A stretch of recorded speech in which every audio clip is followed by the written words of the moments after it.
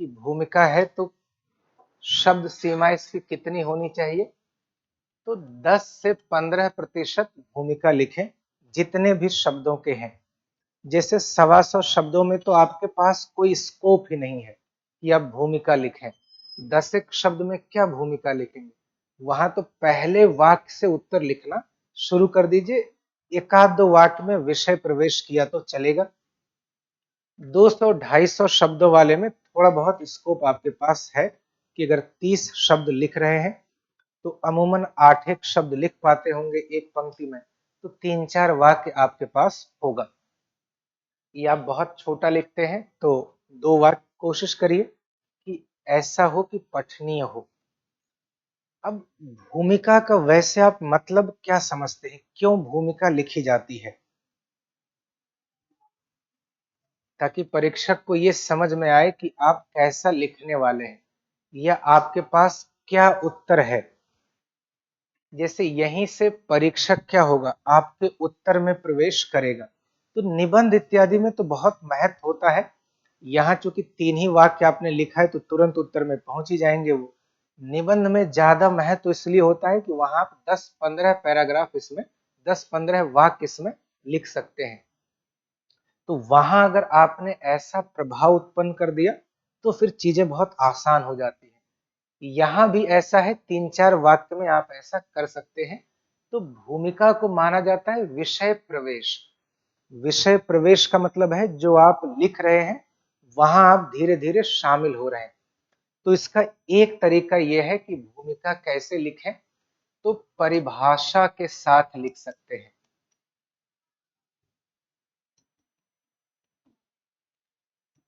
या परिभाषित करते हुए।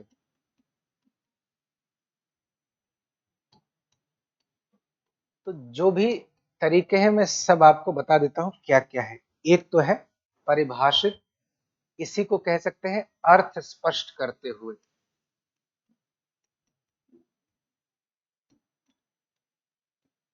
यह सबसे आसान, सबसे प्रचलित और ठीक तरीका है जिसमें आपको बहुत मेहनत करने की आवश्यकता नहीं होती।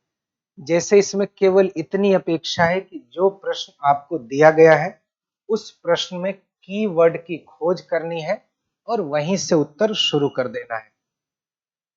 जैसे अगर किसी भी प्रश्न का उदाहरण मान सकते हैं, जैसे अगर आपसे कहा जाए कि क्या नाजीवाद दूसरे विश्व युद्ध के लिए उत्तरदायी है, तो उस प्रश्न में अगर आपको लिखना हो, जैसे आपसे प्रश्न है कि क्या नाजीवाद दूसरे विश्व युद्ध के लिए उत्तरदायी है, टिप्पणी करें। तो इस तरह से अगर भूमिका लिखनी हो तो कीवर्ड इसमें क्या है, नाजीवाद है। तो आपको केवल नाजीवाद की परिभाषा लिख देनी है। आप कहेंगे कि नाजीवाद जर्मनी में तैयार एक ऐसा फासीवादी विचार है जो सर्वसत्तावादी रूप से संचालित होता है और जिसमें उग्र राष्ट्रवाद, उग्र सैन्यवाद, लैंगिक एवं नस्लीय भेदभाव शामिल है। इसी की नीतियों ने दूसरे विश्व युद्ध को शुरू करने में भूमिका निभाई। तो यहां आपने क्या किया, नाजीवाद की एक परिभाषा बता दी कि नाजीवाद कहते किसे हैं, और फिर आप उसके बाद जो भी आपको लिखना है कि यह कारण था या कारण नहीं था, आप लिख सकते हैं। वैसे कोई भी प्रश्न हो, जैसे एक और प्रश्न मान लेते हैं कि फ्रांसीसी क्रांति और रूस की क्रांति में समानता एवं अंतर के बिंदु बताइए, और इसमें इस तरीके से परिभाषा लिखनी हो। तो यहाँ कीवर्ड कौन कौन से हैं, फ्रांस की क्रांति और रूस की क्रांति। तो कैसे परिभाषित करेंगे फ्रांस की क्रांति को,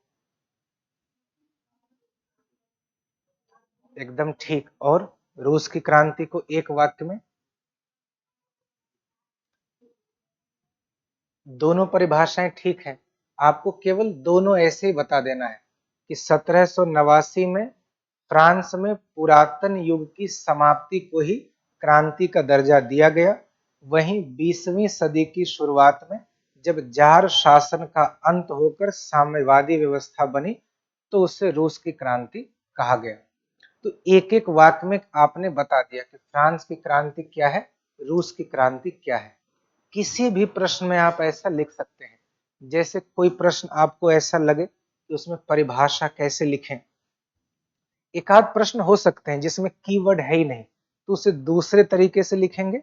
लेकिन ऐसा शायद ही कोई प्रश्न होगा जहां कीवर्ड ना हो और आप परिभाषित ना कर सकते हो। जैसे अगर मान लेते हैं आपसे पूछा गया प्रथम विश्व युद्ध के कारणों की चर्चा करें, तो आप उसमें क्या परिभाषा लिखेंगे? प्रथम विश्व युद्ध को परिभाषित करना है, कैसे परिभाषित करेंगे?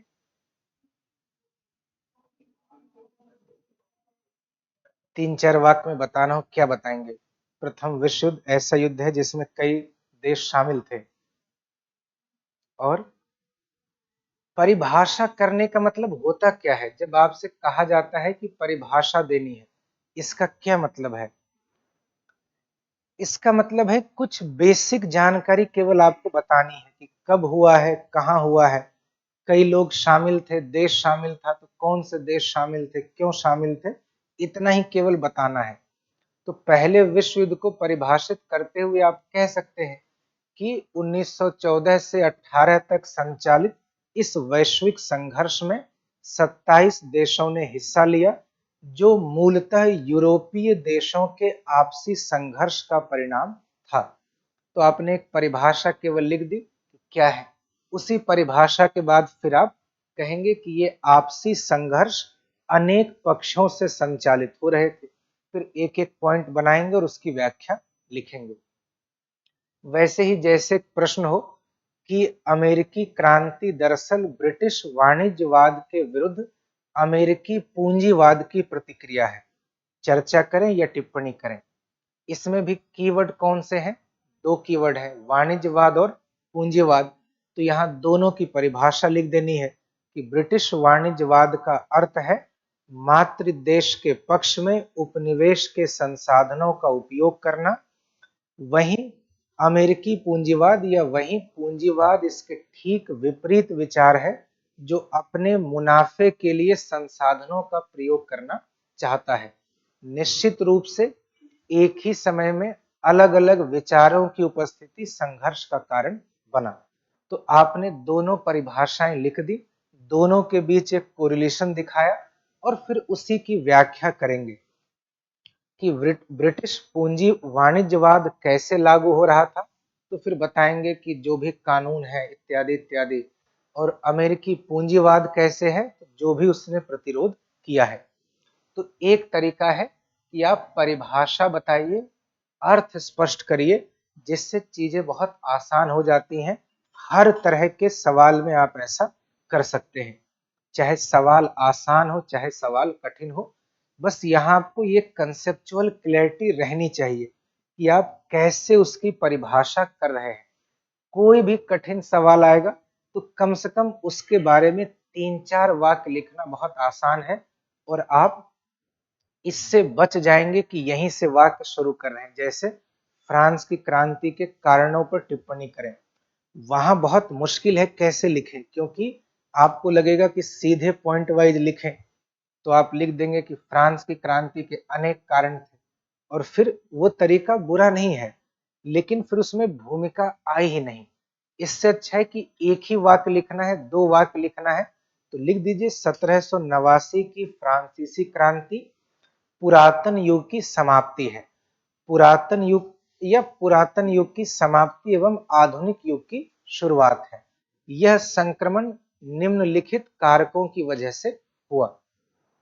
तो इससे होगा क्या कि परीक्षक को यह विश्वास हो जाएगा कि आपने केवल रटा नहीं है कि कारण क्या क्या है, आप उन कारणों को प्रभाव परिणाम इत्यादि के साथ जोड़ पाते हैं। तो एक तो ये भी है। तो एक तरीका है परिभाषा परिभाषित करते हुए या अर्थ स्पष्ट करते हुए। तो क्या आप इस तरीके में कंफर्टेबल हैं या ये तरीका कठिन लग रहा? ये तो थोड़ा सा आसान है। तब क्यों? क्योंकि इसमें आपको केवल परिभाषा ही लिखनी, उसका अर्थ स्पष्ट करना है। तो एक तरीका है कि आप परिभाषा के साथ अर्थ स्पष्ट करते हुए उत्तर लिख सकते हैं। विश्व इतिहास में भी, किसी में भी, मॉडर्न में भी, मॉडर्न में थोड़ी ज्यादा आवश्यकता होती है क्योंकि वहां आपसे इस तरह के सवाल पूछते हैं। तो कोई भी सवाल हो, अंतर पूछे तो भी आप लिख सकते हैं। फ्रांसीसी क्रांति, रूसी क्रांति का अंतर पूछा, दोनों की परिभाषा बता दी। किसी व्यक्ति के बारे में पूछा तो बता सकते हैं। तो एक तरीका तो ये है। दूसरा है सारांश प्रस्तुत करते हुए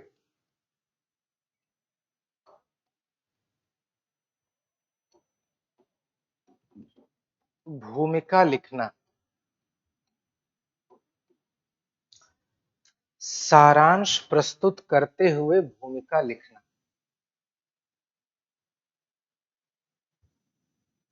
सारांश का मतलब पता ही है, सार अंश, यानी जो क्रक्स है, जिस्ट है, उसे ही बताना है। ये भी उत्तर लेखन का, भूमिका लिखने का एक अच्छा माध्यम है, बल्कि ए की तुलना में इसे बेहतर माना जाता है।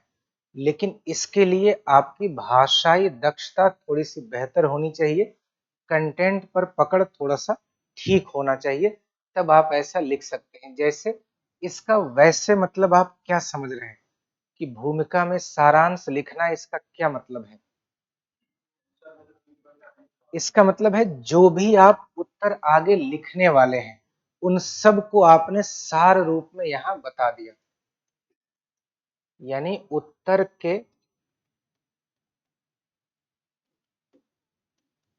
मुख्य पक्षों का संकेत, जो भी आप उत्तर में लिखेंगे पहले कह दिया। जैसे किसी भी प्रश्न से शुरू करते हैं, एक एक प्रश्न ही लेते हैं जिसमें हमने वहां उत्तर देखा। इससे आप समझ पाएंगे कि कैसे एक प्रश्न की भूमिका दो तरह से लिखी जा सकती है। जैसे हमने फ्रांसीसी क्रांति और रूसी क्रांति के अंतर और समानता को देखा, एक ही प्रश्न है, उसका उसकी भूमिका अगर हम लोग परिभाषा के आधार पर लिखेंगे तो ये कह सकते हैं कि एक 1789 में क्रांति फ्रांस की पुरातन युग पर आधुनिक युग की विजय है। दूसरा 20वीं सदी के शुरुआत में रूस में घटित एक साम्यवादी क्रांति है। आपने परिभाषा दे दी, वो भी है। अब है सारांश प्रस्तुत करते हुए।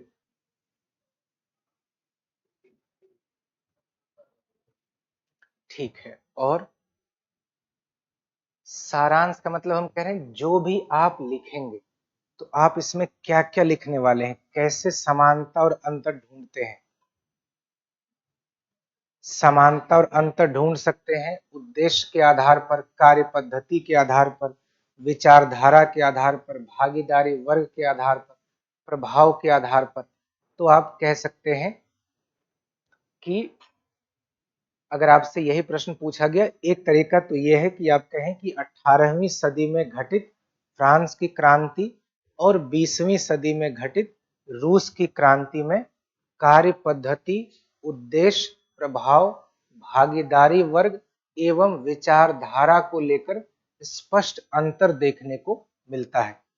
तो आपने यहाँ परीक्षक को बता दिया कि हम इन आधारों पर आपको आगे बताएंगे कि क्या क्या अंतर है।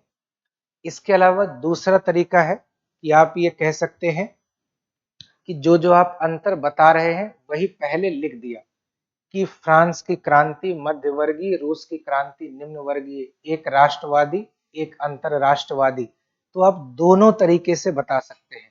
तो सारांश लिखने का मतलब है कि आप कहेंगे कि हम किन किन आधारों पर अंतर इसमें कर सकते हैं, तो परीक्षक को पता चल जाएगा कि आप इसी की व्याख्या आगे करने वाले हैं। इन दोनों में से आप किस तरीके में लिख सकते हैं? दोनों में लिख सकते, किसी में नहीं लिख सकते। दोनों में लिख सकते। थोड़ा बहुत अभ्यास करेंगे तो ये चीजें आती जाती हैं। बस केवल आपको करना यह है कि पूरा उत्तर लिखने की बजाय 10 एक प्रश्नों की केवल भूमिका भूमिका लिख ली। जैसे ही आप 10-20 प्रश्नों की केवल भूमिका लिखेंगे, उसके बाद आप रोबोट की तरह हो जाएंगे। फिर आपको सोचना नहीं पड़ेगा कि परिभाषा सोचनी पड़ती है। फिर आप वैसे ही जो भी सोचेंगे वो ठीक ही होगा। ऐसे ही एक तीसरा तरीका माना जाता है जिसे कहते हैं एक पक्ष की व्याख्या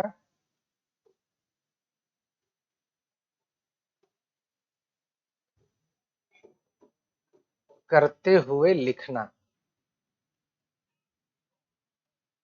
या इससे कह सकते हैं कि अपनी राय के साथ उत्तर शुरू करना।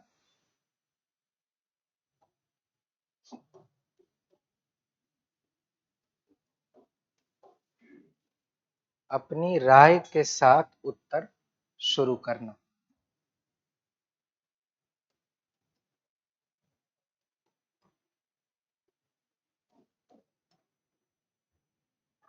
ये ज्यादातर उन प्रश्नों में आपको काम आएगा जहां डिबेटेबल प्रश्न है, जहां किसी तरह का डिबेट हो। जैसे विश्व इतिहास में कहां कहां डिबेट है, एक तो वर्साई की संधि में दूसरे विश्व युद्ध के बीज छिपे थे, वो है। क्या हिटलर ही दूसरे विश्व युद्ध के लिए उत्तरदायी है, वो है। इंग्लैंड में ही, हालांकि उसमें डिबेट तो है नहीं, पहली क्रांति तो वहां हो ही गई, इंग्लैंड में पहली साम्यवादी क्रांति क्यों नहीं हुई। तो इस तरह के कुछ सवाल हैं जहां आप अपना कोई विचार दे सकते हैं। तो ऐसे प्रश्नों में एक तरीका ये भी है, जैसे पहले ही परीक्षक को पता लग जाए कि आप क्या लिखने वाले हैं। जैसे अगर आपसे कहा जाए कि क्या हिटलर दूसरे विश्व युद्ध के लिए उत्तरदायी था, और इस तरह से आपको अपनी राय से शुरू करना है। तो अपनी राय का मतलब ये नहीं कि हाँ लिख दिया, हाँ था, बस। आपने पूछा था कि नहीं था, तो लिख दिया हमने हाँ था। बताना पड़ेगा कि अगर आपकी हाँ है तो क्यों है, और आप अगर इनकार कर रहे हैं तो क्यों कर रहे हैं। तो कैसे इसकी भूमिका लिखेंगे। अपनी राय बतानी हो तो क्या कह सकते हैं। हिटलर को अगर जिम्मेदार मानना हो, क्यों जिम्मेदार है हिटलर। वही जो हमने अभी चर्चा की आक्रामक विदेश नीति है, उसी आक्रामक विदेश नीति के कारण और अपने साम्राज्यवादी प्रसार के कारण, यही दो तीन पॉइंट्स आपको इसमें बताने हैं कि हिटलर ने यह कहा कि जर्मनी की कोई निश्चित सीमा नहीं है, और इसे ही आधार बनाकर उसने विदेश नीति का संचालन किया, जो अंततः दूसरे विश्व युद्ध का कारक बना। तो आपने एक राय बता दी, चाहे तो संकेत में एक वाक्य और लिख देंगे कि हालांकि इसे सहयोग करने में मित्र देशों की रणनीतिक भूलें भी शामिल थी, लेकिन ज्यादा कारण हम किसका मान रहे हैं, हिटलर का। या इसका उल्टा भी कह सकते हैं, कह सकते हैं कि दूसरा विश्व युद्ध दरअसल 1919 में हुए पेरिस शांति सम्मेलन और उसके बाद के विश्व व्यवस्था के संचालन में निहित है, जिसमें एक भूमिका हिटलर की भी है। लेकिन वैसा लिखना बहुत जोखिम भरा है। क्यों? क्योंकि इससे ये लग सकता है कि आप शायद हिटलर को डिफेंड कर रहे हैं, और अगर ऐसा भाव आ गया कि आप हिटलर को बचाने की कोशिश कर रहे हैं, तो इसका अच्छा प्रभाव नहीं जाएगा। क्योंकि अंततः कुछ भी हो, हिटलर अच्छा व्यक्ति तो नहीं था, उसमें एक भी अच्छाई खोज पाना बहुत मुश्किल है। जर्मन राष्ट्रवाद को भी अगर कहें तो जर्मन राष्ट्र के लिए भी तो अच्छा नहीं हुआ। जर्मनी को आपने विभाजित ही करा दिया, जर्मन लोगों की हत्या करा दी, यहूदियों की हत्या की, किसी को कोई अधिकार नहीं दिया। तो वह किसी के लिए भी अच्छा नहीं था, अपने लिए भी अच्छा नहीं था। तो इसलिए हिटलर की प्रशंसा का भाव कहीं भी आए तो उससे बचना है। तो एक तरीका तो ये भी है, कोई भी प्रश्न आए तो उसमें आप अगर डिबेट का आए तो एक पक्ष लिख सकते हैं। इसके अलावा एक पहलू और होता है जो यहाँ आपको काम नहीं आएगा, मॉडर्न में थोड़ा बहुत आएगा। एक अंतिम तरीका होता है जिसे विचारधारा या इतिहास लेखन कहते हैं। यहाँ काम नहीं आता, आधुनिक भारत में आएगा। जैसे मैं आपको उदाहरण से बताता हूँ कि विचारधारा इतिहास लेखन के आधार पर भूमिका।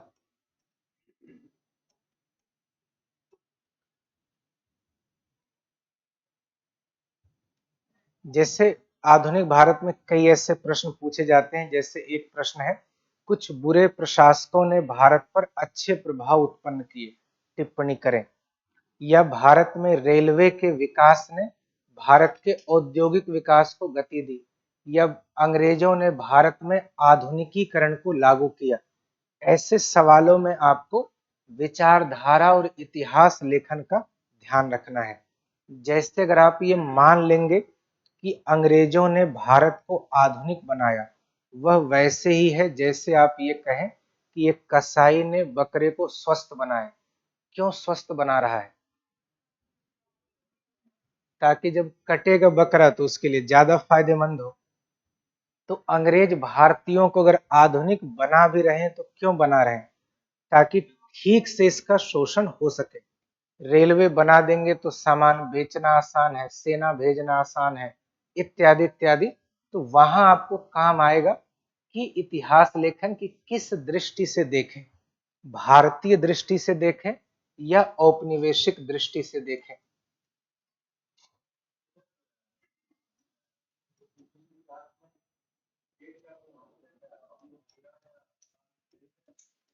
डेट देखिए, अगर आपको याद है तो लिख देना चाहिए। तिथि का कोई उपयोग नहीं है कि 5 सितंबर को हुआ है या 10 सितंबर को, उसका तो एकदम महत्व नहीं है। जिसका महत्व है कि अगर ईसवी आपको याद है तो लिखना चाहिए। ईसवी भी भूल गए तो भी काम चल जाएगा, सदी भी लिख सकते हैं। जैसे अब भूल गए कि फ्रांस की क्रांति 89 में हुई है, 79 में हुई है, 69 में हुई है, कुछ नहीं याद है, ये तो अगर पता है 1700 में हुई है, तब तो लिख सकते हैं कि 18वीं सदी के अंत में। तो इससे परीक्षक को लगता है कि आप नए तरीके से लिखना चाहते हैं कि 18वीं सदी के उत्तरार्ध में हुई घटना। तो वो कभी नहीं सोचेंगे कि आपको 88 89 याद नहीं आ रहा, क्योंकि ऐसे ही लिखा ही जाता है। लेकिन अगर आपने 18वीं सदी को 17वीं सदी लिख दिया तो फिर ये दिक्कत है। अगर उनका ध्यान चला गया कि 17वीं सदी गलत है तो आपके लिए दिक्कत होगी। तो तिथि का बहुत महत्व नहीं है। तो इतिहास लेखन में जैसे भारतीय दृष्टि है, औपनिवेशिक दृष्टि है, इसका मतलब यह है अंग्रेजों के देखने की दृष्टि अलग है, भारतीय अलग तरह से व्याख्या कर रहे हैं। एक ही घटना की अलग अलग तरह से व्याख्या हो सकती है, नहीं हो सकती है। जैसे किसी एक घटना के बारे में आप बताइए कि अलग अलग तरह से व्याख्या हो सकती हो। जैसे भारत का विभाजन मान लेते हैं, भारतीय उससे जिस तरह से देखेंगे अलग है, हिंदू जिस तरह से देखेंगे अलग है, मुस्लिम जिस तरह से देखेंगे अलग है, आज जो पाकिस्तान है वो जैसे देखेगा वो अलग है, इंग्लैंड वाले देखेंगे उनकी दृष्टि अलग है, और हमारे नेताओं के वंशज देखेंगे उनकी नीति अलग है, उनकी दृष्टि अलग है। तो आप जिस रूप में शामिल रहे हैं उससे भी इतिहास में बहुत प्रभाव पड़ता है। जैसे अगर मान लेते हैं आप, कोई सरकार है, अभी की ही सरकार है, आपको लग रहा है कि ये सरकार ठीक है, वहीं दूसरा व्यक्ति है जिसको लग रहा है कि संसार समाप्त हो जाए, ये सरकार न रहे। दो तरह के विचार हैं। तो अगर सरकार कुछ भी कर दे तो एक पक्ष हर स्थिति में कुछ न कुछ अच्छाई ढूंढ सकता है। जैसे मान लेते हैं गैस सिलेंडर 800 रुपए का है, अच्छाई ढूंढनी है तो आप कह सकते हैं कि 2000 का भी हो सकता था, 800 का ही है। तो आपको वैसे कारण ढूंढने में बहुत समस्या नहीं है। कमजोरी ढूंढनी हो तो कह सकते हैं कि पीओके छीन भी सकते थे, क्यों नहीं छीना, कमजोर प्रधानमंत्री है। तो तथ्य ढूंढने में समस्या नहीं आएगी। समस्या केवल क्या है, आपकी दृष्टि कैसी है। वैसे ही आप पाएंगे कि राष्ट्रवादी और मार्क्सवादी दृष्टि भी है। जैसे आपने एक प्रश्न सुना होगा, कहते हैं कि गुप्त काल स्वर्ण युग है। कई लोग कहते हैं कि नहीं, स्वर्ण युग नहीं है, उसमें कई तरह की कमजोरियां हैं। तो वो सब क्या है, इतिहास लेखन का अंतर है। उस आधार पर भी आप इसकी विवेचना कर सकते हैं, यहां भी कर सकते हैं, लेकिन आपको फिर थोड़ा सा सीखना पड़ेगा। जैसे दूसरे विश्व युद्ध में हिटलर की भूमिका में आप कह सकते हैं कि अगर हम यूरोप केंद्रित विचार पद्धति के आधार पर सोचें तो दूसरे विश्व युद्ध का संपूर्ण भार हिटलर पर डाला जाता है, जबकि वास्तव में इसके लिए मित्र देशों की नीतियां समान रूप से जिम्मेदार हैं। तो यहाँ जो यूरोसेंट्रिक अप्रोच है, उसका मतलब है यूरोप के जो भी शक्तिशाली देश हुए, उन्होंने इतिहास की व्याख्या किस रूप में कर दी है, अपनी सुविधा के रूप में कर दी है। जो भी वो करते हैं कहेंगे वही कारण ठीक है। हिटलर बुरा तो है, लेकिन आपने जिन देशों को गुलाम बनाया है वो कम बुराई नहीं है। यहूदियों का नरसंहार तो बुरा है, तो भारतीयों का नरसंहार क्यों बुरा नहीं है?